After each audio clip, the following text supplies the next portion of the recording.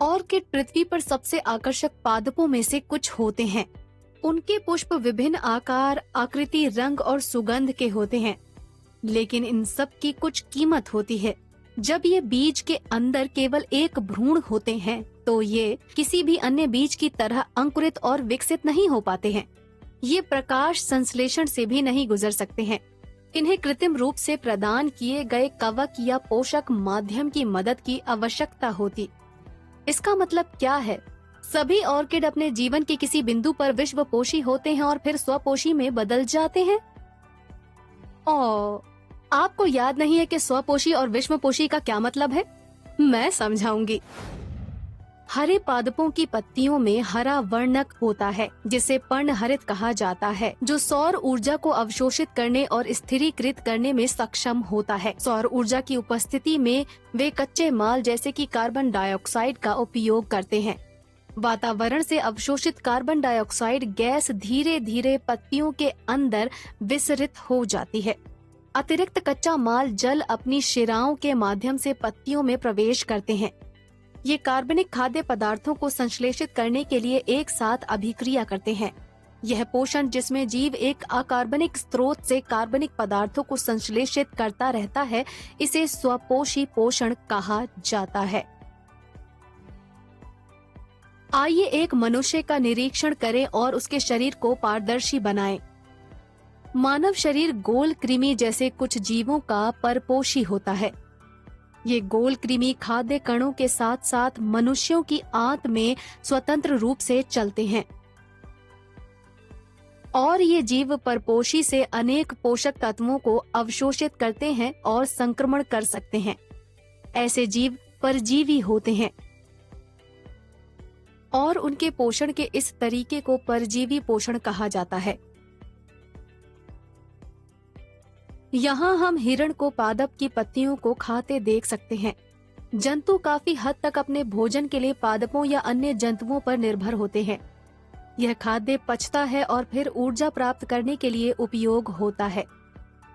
यह पोषण, जहाँ पादप या जंतु उत्पत्ति से कार्बनिक पदार्थों को पचाकर ऊर्जा प्राप्त की जाती है, इसे विषमपोषी पोषण कहा जाता है।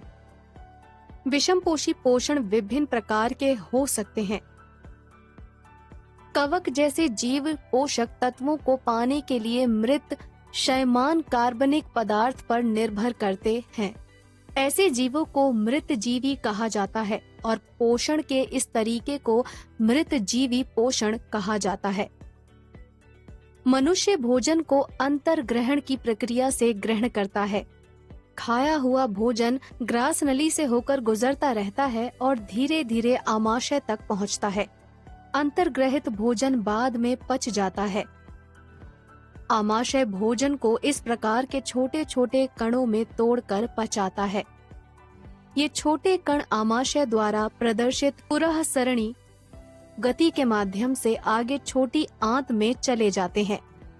छोटी आंत में जाते समय भोजन के कण आगे निकल जाते हैं और छोटे छोटे कणों में टूट जाते हैं और अंत में इन्हें मानव शरीर द्वारा अवशोषित कर लिया जाता है।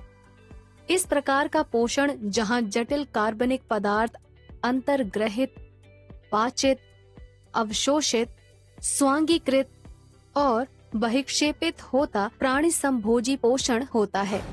सारांश: जब कोई जीव अकार्बनिक स्रोत से कार्बनिक पदार्थों का संश्लेषण करता है, तो उसे स्वपोषी पोषण कहा जाता है। कुछ जीव पोषी से पोषक तत्वों को अवशोषित करते हैं और संक्रमण का कारण बनते हैं। ऐसे जीव परजीवी होते हैं और उनके पोषण के तरीके को परजीवी पोषण कहा जाता है। पोषण, जहां पादप या जंतु उत्पत्ति से कार्बनिक पदार्थों को पचाकर ऊर्जा प्राप्त की जाती है, इसे विषमपोषी पोषण कहा जाता है। कवक जैसे जीव पोषक तत्वों को पाने के लिए मृत क्षयमान कार्बनिक पदार्थ पर निर्भर करते हैं। ऐसे जीवों को मृत जीवी कहा जाता है और पोषण के इस प्रकार के तरीके को मृत जीवी पोषण कहा जाता है। पोषण का प्रकार, जहां जटिल कार्बनिक पदार्थ अंतर्ग्रहित, पाचित, अवशोषित, स्वांगीकृत और बहिक्षेपित होता, प्राणी संभोजी पोषण होता है। तो इस प्रकार आपने विभिन्न प्रकार के पोषण के बारे में सीखा।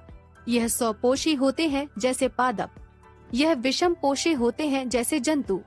जिसकी मैं बात कर रही हूँ, इस सुंदर परजीवी को अश्वरोम कृमि कहा जाता है। लेकिन इसके रूप और नाम से धोखा न खाइए। यह जीव आत्मघाती उन्माद में झींगुर, तिलचट्टे और कुछ अन्य छोटे खतरनाक और जहरीले कीटों को बदल देता है। एक बार जब यह पर्याप्त वृद्धि कर लेता है तो यह कीट को नियंत्रित करता है और इसे पानी में कूदने के सक्षम बनाता है, जिससे कि यह जनन कर सके। प्रकृति में कुछ डरावनी चीजें भी हैं। हाँ, अधिक जानने के लिए जुड़े रहें।